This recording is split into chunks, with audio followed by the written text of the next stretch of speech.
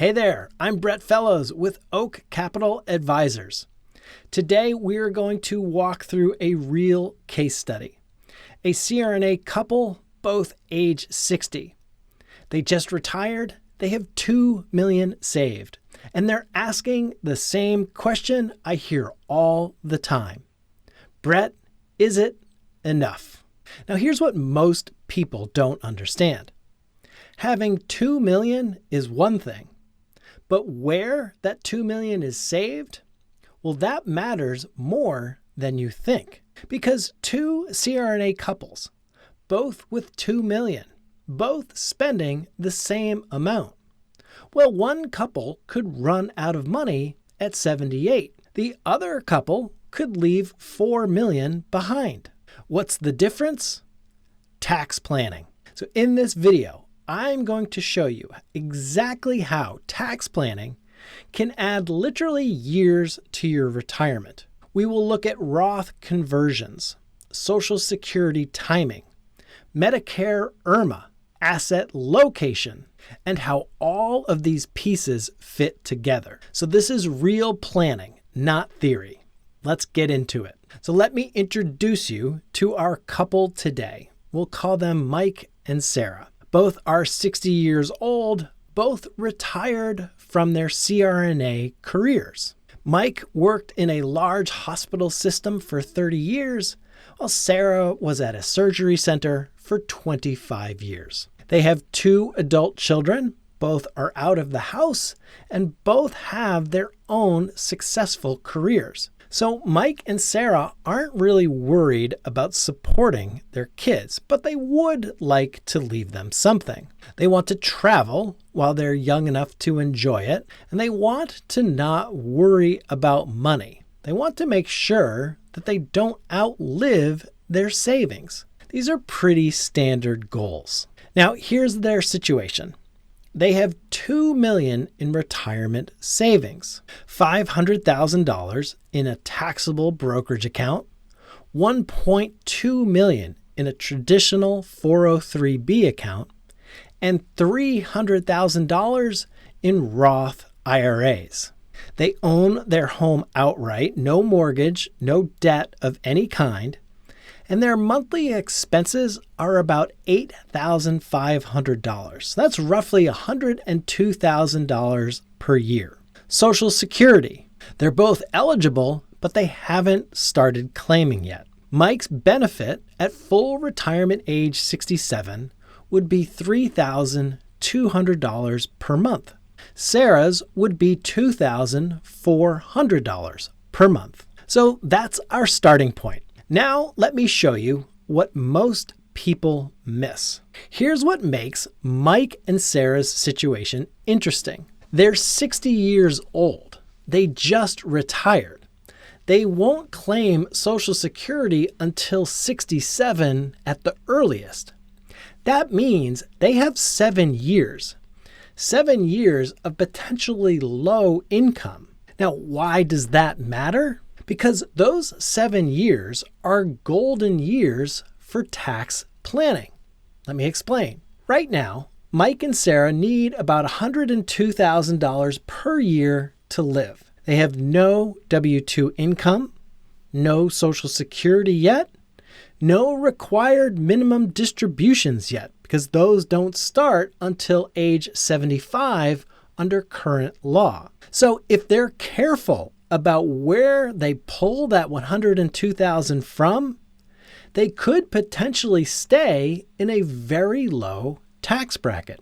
Maybe the 12% bracket, maybe even the 10% bracket. And here's why that matters. Once Social Security kicks in at 67, they're going to be at about $67,000 per year combined in Social Security. Once RMDs kick in at 75, that's going to force them to take distributions from those $1.2 million in 403(b) accounts. And those RMDs could easily push them into the 22% bracket, maybe even the 24% bracket. And remember, Social Security gets taxed too. Up to 85% of it can be taxable depending on your other income. So if Mike and Sarah do nothing, if they just spend down their taxable account first, then start Social Security at 67, then take RMDs at 75, they're going to pay a lot more in taxes over their lifetime than they need to. But there is a better way. And this is where Roth conversions come in. Now, some of you might be thinking, Brett, I've heard about Roth conversions, but I don't really understand how they help. So let me break it down. A Roth conversion is when you take money from a traditional IRA or 403b and you convert it to a Roth IRA, and you pay taxes on that conversion in the year you do it. Now, why would you do that? Because once the money is in the Roth, it grows tax-free. You can withdraw it tax-free in retirement. There are no required minimum distributions on Roths. And here's the key. If you do conversions during years when you're in a low tax bracket, you are essentially prepaying taxes at a discount. So let me show you what this looks like for Mike and Sarah. The conversion window is between years 60 and 66. During those 7 years before Social Security, Mike and Sarah can control taxable income almost entirely. So let's say they decide to do Roth conversions, not huge amounts, but strategic amounts that keep them in the 12% or 22% bracket. Maybe they convert $75,000 per year. That's $75,000 that they're paying 12 to 22% tax on now.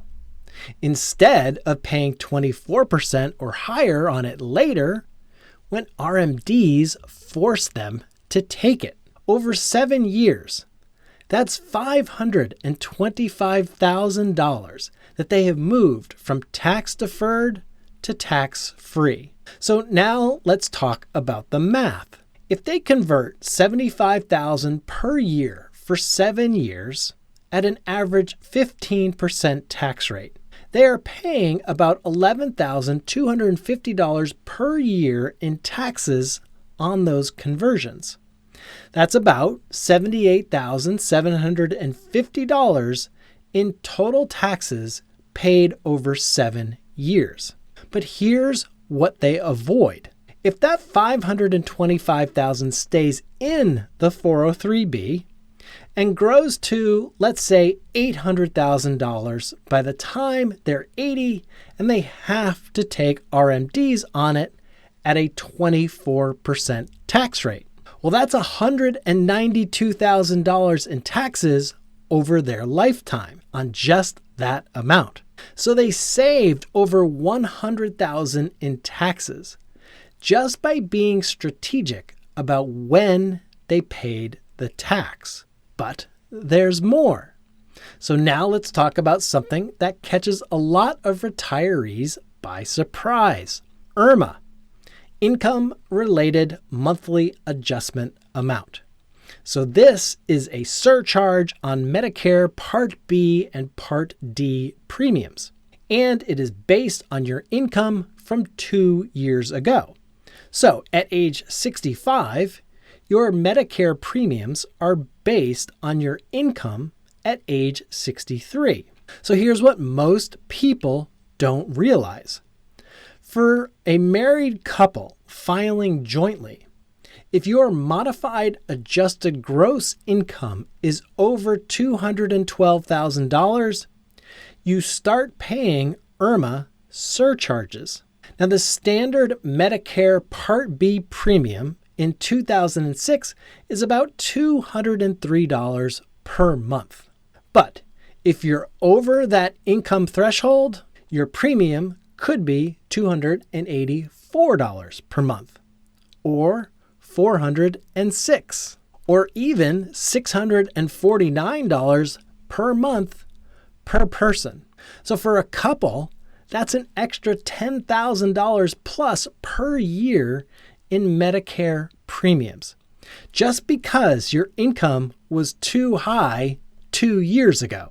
So now here's where tax planning saves Mike and Sarah thousands. If they are doing strategic Roth conversions from age 60 to 66, they are managing their taxable income during those critical years leading up to Medicare eligibility. They're converting while they can still control their income, because once Social Security and RMDs kick in, that income is much harder to control. Let's say Mike and Sarah do conversions that keep them under $200,000 in taxable income during ages 60 to 66. Well, that means at ages 62 to 68, their Medicare premiums stay at the standard rate. If they didn't do conversions and instead just let their 403Bs grow, their RMDs at age 75 could easily push them over $250,000 a year in income. That triggers IRMAA every year for the rest of their lives. So we're talking about potentially $150,000 in additional Medicare premiums over a 20-year retirement, all avoidable with proper tax planning. So now let's talk about Social Security. Mike and Sarah are 60. They're eligible to claim at 62. Their full retirement age is 67, and they could delay until 70. What should they do? Well, here's what most people do. They claim early because they're worried that Social Security will run out. Or they claim at full retirement age because that seems like the normal thing to do. But for Mike and Sarah, delaying makes a lot of sense, and here's why. Every year they delay past full retirement age up to 70, their benefit increases by 8%. So if Mike waits until 70 instead of claiming at 67, his $3,200 monthly benefit becomes about $3,970. That's an extra $770 per month, $9,240 per year for life. And it gets better. The higher benefit also protects the surviving spouse. When one spouse dies, the surviving spouse keeps the higher of the two Social Security benefits. So if Mike dies first, Sarah gets his higher benefit. And by delaying to 70, Mike is essentially buying survivor insurance for Sarah. Now, can they afford to delay? Well, absolutely. Remember, they're doing Roth conversions from age 60 to 66. They're living off a combination of their taxable accounts and strategic withdrawals from their 403Bs to fund those conversions. By the time they're 70, they've moved $525,000 to Roth, maximized their Social Security benefits, set themselves up to minimize future taxes. This is what comprehensive planning looks like. Now, I want to talk about something that most people completely overlook: asset location.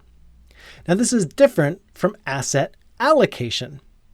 Asset allocation is what you invest in, while asset location is where you hold those investments. Let me explain why this matters. So Mike and Sarah have $2 million across 3 account types. In a taxable brokerage, $500,000. In a tax-deferred 403B, $1.2 million. Then they have a Roth IRA with $300,000. Now, most people build a 60-40 portfolio in each account. 60% stocks, 40% bonds. But that is a mistake. Here's the right way to think about it. Bonds generate interest income. That interest is taxed as ordinary income. It does not get preferential tax treatment. So if you're going to hold bonds, they should be in your tax-deferred accounts. Stocks can generate long-term capital gains and what's known as qualified dividends. Both of these get preferential tax treatment in taxable accounts. So stocks should be in your taxable accounts. And your highest growth potential investments, those should be in your Roth, because everything in a Roth grows tax-free forever. Here's what proper asset location looks like for Mike and Sarah. In the taxable brokerage, $500,000. 100% stocks, globally diversified, tax-efficient index funds, low turnover. In the tax-deferred 403b, $1.2 million, mostly bonds, high-quality investment grade, treasury bonds, and some stocks to balance. In the Roth IRA, $300,000, the highest growth potential, small cap value, emerging markets, international stocks. So same overall 60-40 allocation, but positioned to minimize tax drag. Because over a 30-year retirement, proper asset location can save hundreds of thousands in taxes. And this is part of that tax efficiency that I am always talking about. Now let me show you what all of this actually means in real dollars. So I'm going to compare two scenarios. In scenario A, we'll call it no tax planning. Mike and Sarah just wing it. They don't do Roth conversions. They claim Social Security at 67. They don't optimize asset location. So they just let everything happen.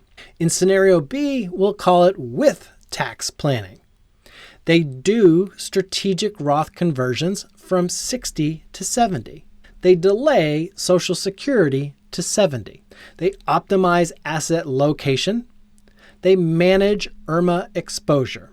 Now, let's look at the numbers. Scenario A with no tax planning, ages 60 to 67, draw from taxable accounts and 403bs.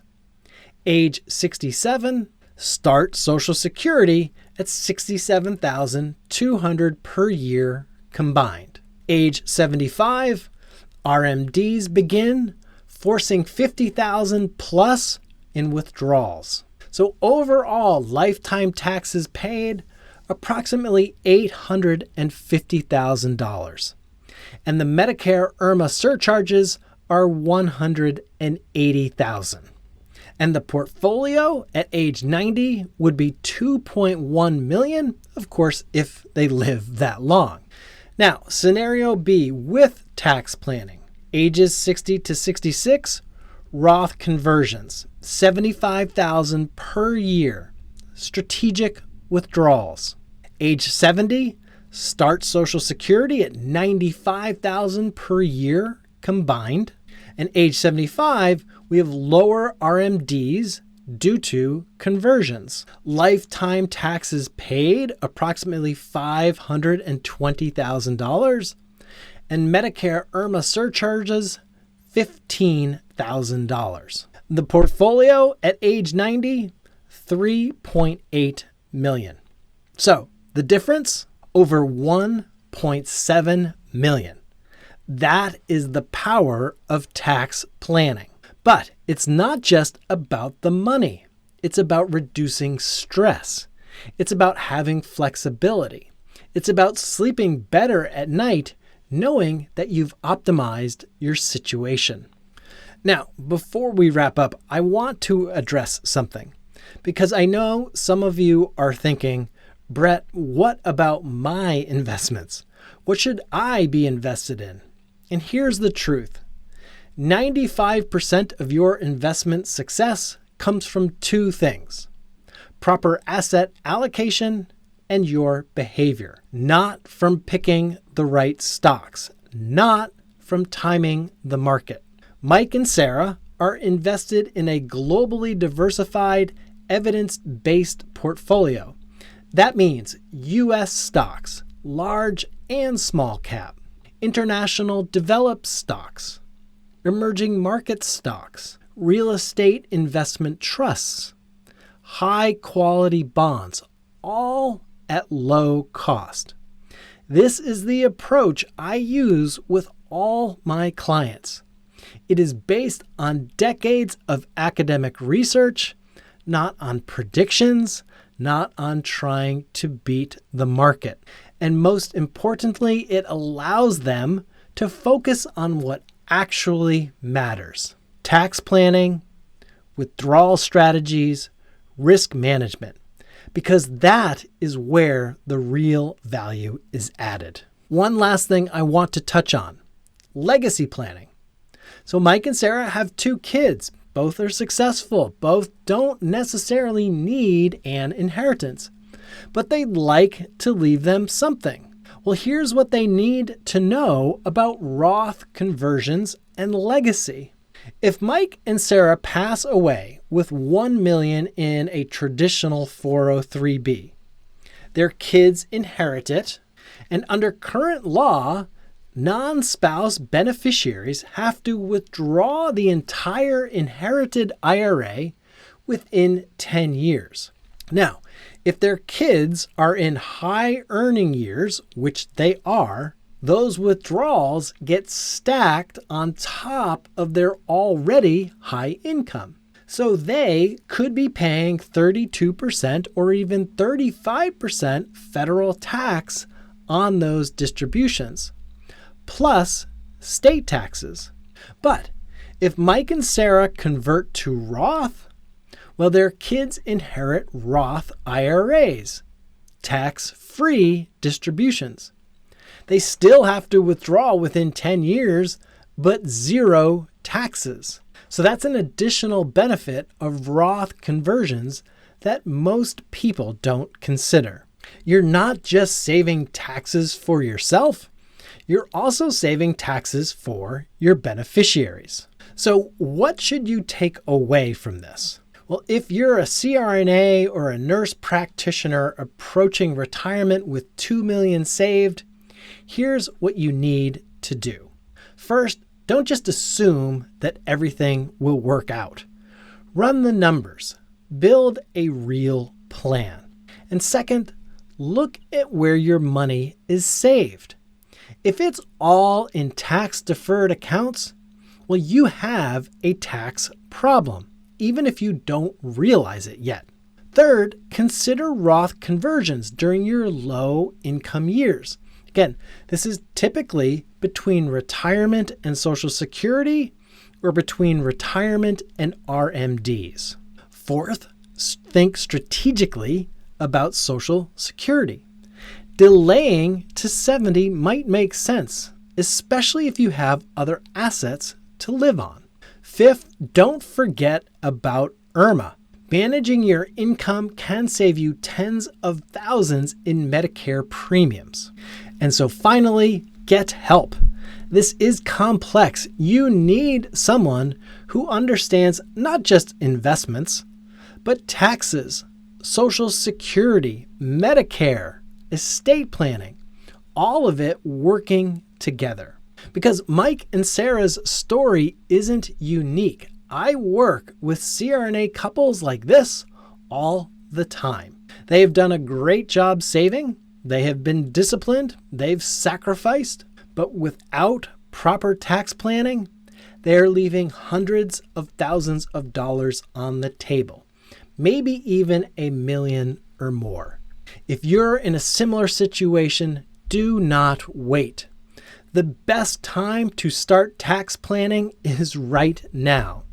The second best time is right after you retire, before Social Security kicks in, before RMDs start. while you still have control over your taxable income. That is your window. If you'd like help building a plan like this for yourself, you can schedule a complimentary financial planning discovery meeting where we will review your situation, look at your tax picture, and show you what opportunities exist. No pressure, no hard sell, just honest advice about what makes sense for you. You can find the link in the description below. So thanks for watching. I'm Brett Fellows, and remember, it's not about how much you save. It's about how much you keep.